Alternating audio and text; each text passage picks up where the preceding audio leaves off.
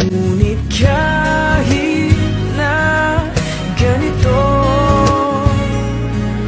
madalas na di tayo magkasundo.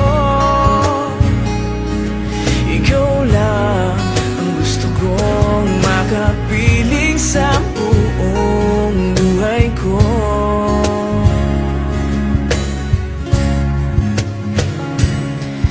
Kahit na binabato mo ako ng kung ano-ano, ikaw pa rin ang gusto ko. Kahit na sinasampal mo ako at sinisipag na susugatan mo, ikaw pa rin wala.